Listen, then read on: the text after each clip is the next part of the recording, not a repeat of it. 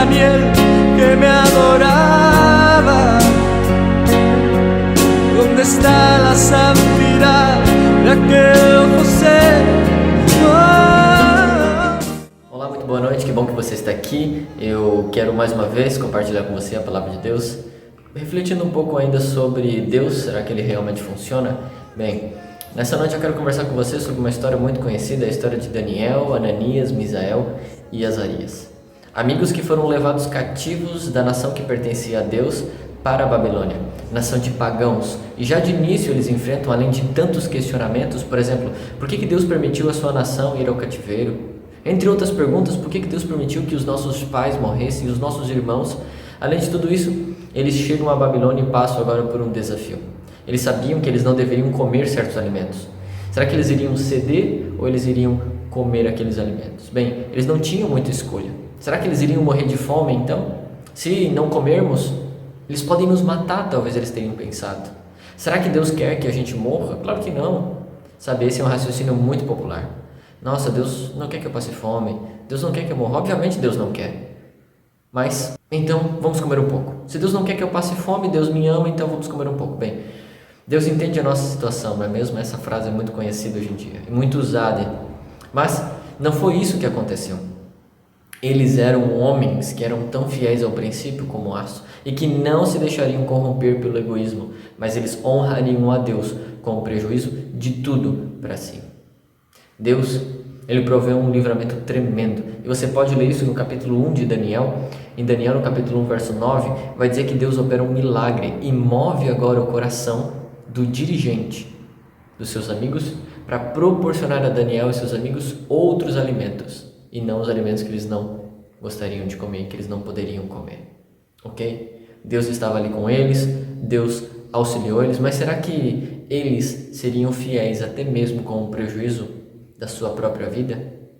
É isso que nós vemos, por exemplo, em Daniel, no capítulo 3. Daniel, no capítulo 3, nós temos uma história muito intrigante, da qual Nabucodonosor faz uma estátua de ouro. Todos são reunidos para contemplar essa grande estátua de ouro. E nesse momento, então, quando todos estão ali reunidos em volta daquela estátua, o verso 4 do capítulo 3 vai dizer assim: nisso o arauto apregoava em alta voz: ordena-se a vós outros, ó povos, nações e homens de todas as línguas, no momento em que vocês ouvirem o som da trombeta, do pífaro, e ele vai citar ali diversos textos. Olha, quando vocês ouvirem esse barulho, o barulho desses sons, vocês devem se prostrar em reverência e adorar a estátua de ouro. Mas houve então 3 pessoas que não se prostraram. O verso 12 vai dizer assim: há uns homens judeus, ó Nabucodonosor, que tu constituísse sobre os negócios da província da Babilônia, Sadraque, Mesaque e Abednego.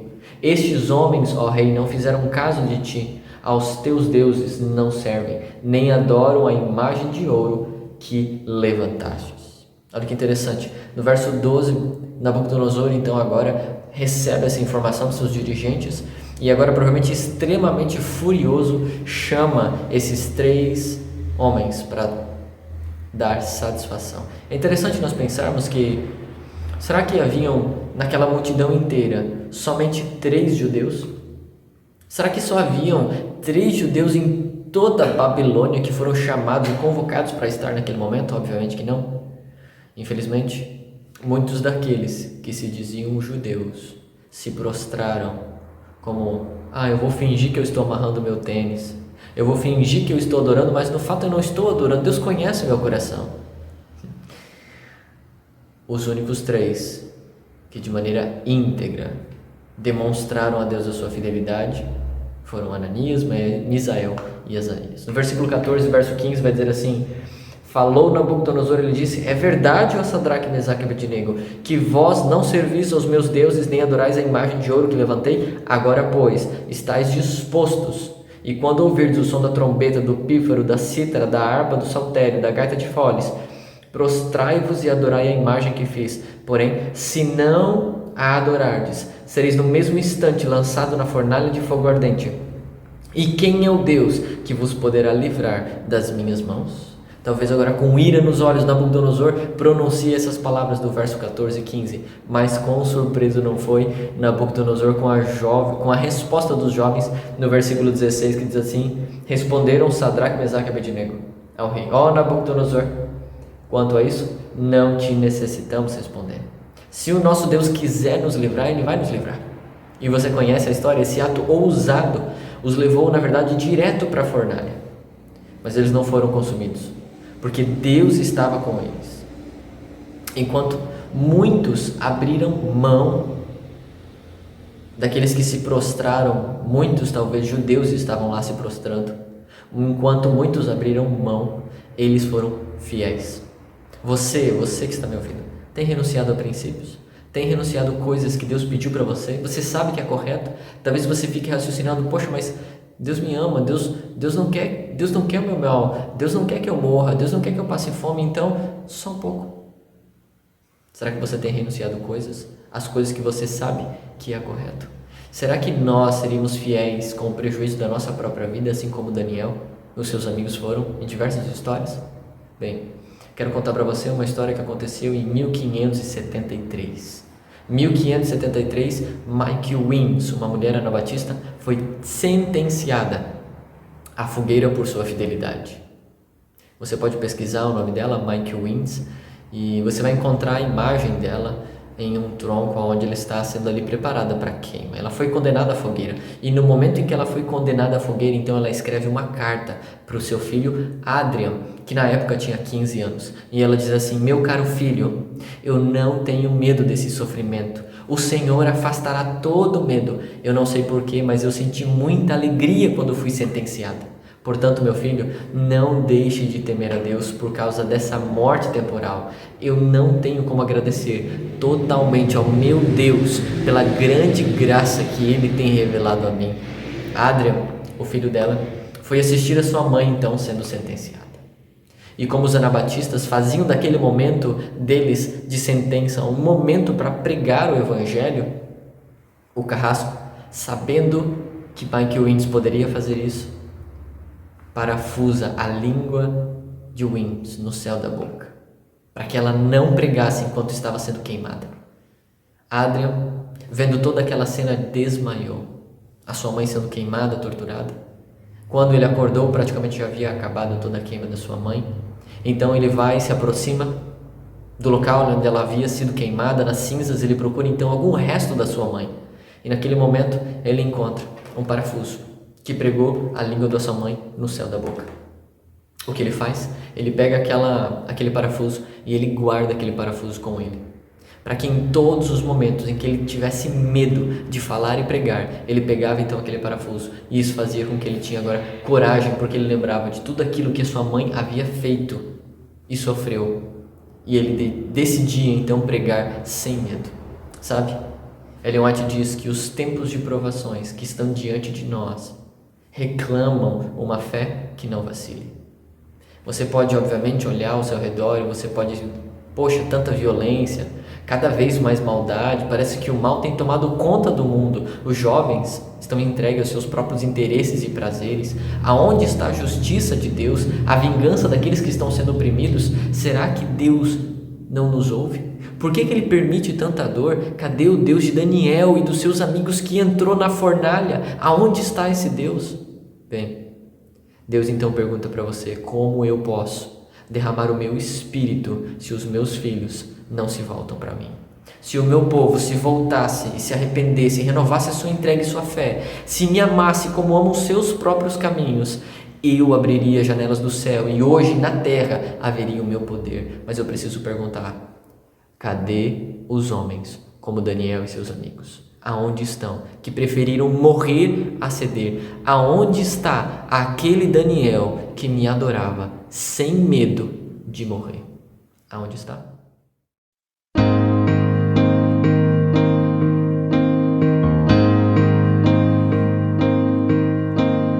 Cada vez más violencia, más maldad en la tierra. Parece que el amor ha muerto sobre la humanidad.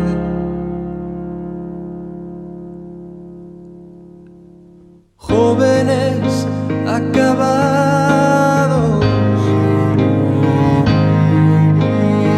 niños abandonados, a precio de placer y decidiendo solo el interés. ¿Dónde queda la justicia y la venganza? ¿Dónde quedan el castigo y la razón? ¿Por qué callas tú, Señor, y nos olvidas? ¿Cómo puedes permitir tanto dolor? Dime dónde está aquel Dios, el Dios de Elías, que de vez en cuando se dejaba oír. ¿Cuánto tiempo tardará aún tu espíritu en venir?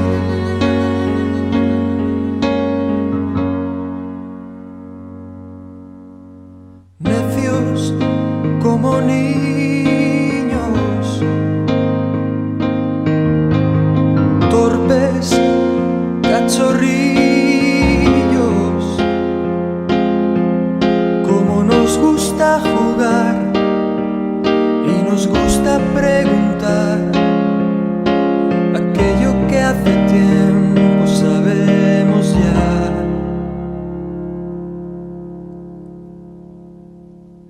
Dios aún sigue hablando, sigue aún contestando, y aquel que quiere oír aún puede percibir su voz de amor.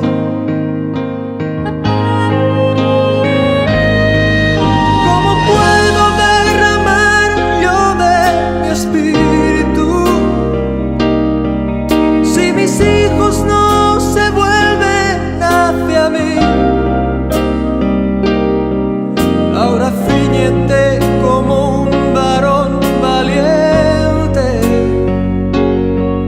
yo hablaré y tú me contestarás a mí. ¿Dónde están aquellos hombres como Elías, que dejaron todo por seguirme a mí, que rompieron compromisos con el mundo, solo por agradarme a mí? ¿Dónde están aquellos tres que en Babilonia prefirieron ser quemados a ceder? ¿Dónde está aquel Daniel que me adoraba? ¿Dónde está la santidad de aquel José? Oh, ¿dónde está ese niño que mató al gigante? ¿Dónde están los sucesores de Josué?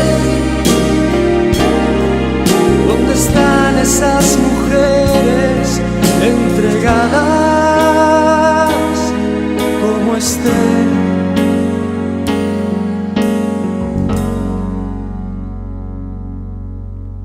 Jóvenes acabados,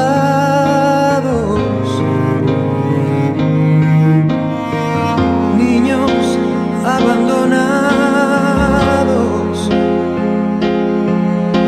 a precio de placer, y pagan inocentes los errores de otros en el ayer.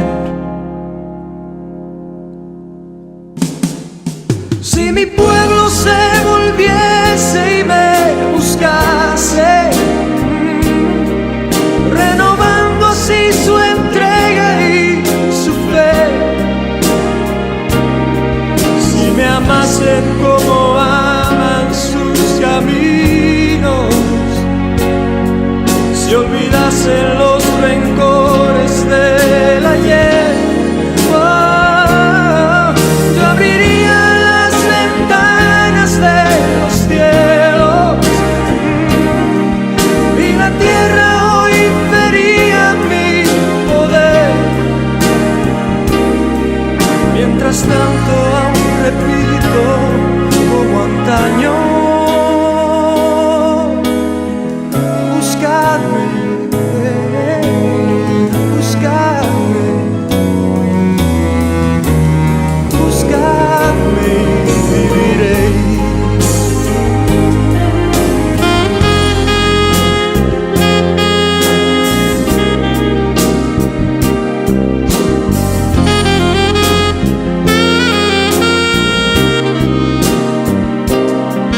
Mientras tanto aún repito como antaño: buscadme, buscadme, oh, buscadme y viviréis.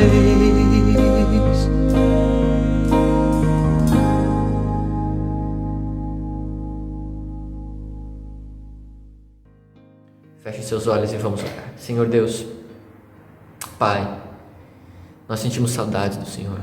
Nós vimos tanta injustiça. Nós queremos que o Senhor seja o Deus de Isaac, o Deus de Jacó, o Deus de Moisés, o Deus de Daniel para nós. Mas nos ajude, Pai, a sermos o Daniel, a sermos o Moisés ao qual Deus opera por meio. Senhor, por favor, nos ajude a nos levantarmos e diante da própria vida não temermos e termos como mais precioso a vida eterna do que nós mesmos. Nos ajude a perdermos a nossa vida para que possamos ganhá-la. Em nome de Jesus. Amém. Que Deus te abençoe.